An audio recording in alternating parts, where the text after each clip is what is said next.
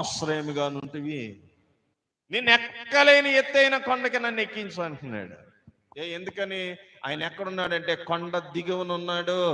అమ్మ ఎక్కడున్నాడు రా? ఇది అలంకార భాష. అసలు విధానం ఏంటంటే గొర్రెలు కాచుకుంటున్నాడు ఆయన.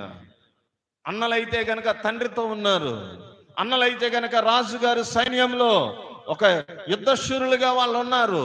కానీ దావీదైతే అరణ్యంలో తన తండ్రి గొర్రెలను కాచుకుని బాలుడిగా ఉన్నాడు, ప్రభుని ఆరాధించేవాడిగా ఉన్నాడు. ఆయన అంటున్నాడు, నేను ఎక్కలేని ఎత్తైన కొండకి నన్ను ఎక్కించు ప్రభు అన్నాడు. దేవుడు ఎక్కించాడా? ఎక్కించాడు.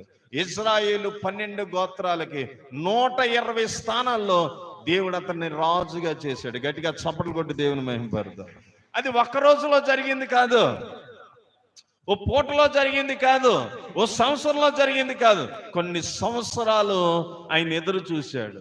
సౌలు దేవునికి విరోధంగా పాపం చేసి దేవుడిచ్చిన అభిషేకాన్ని కోల్పోయి రాజరికాన్ని కోల్పోయి ఉంటున్న పరిస్థితుల్లో బాలుడుగా ఉన్న దావీదుని దేవుడు రాజుగా అభిషేకించాడు ఇశ్రాయేలు 12 గోత్రాల మీద. హల్లెలూయా.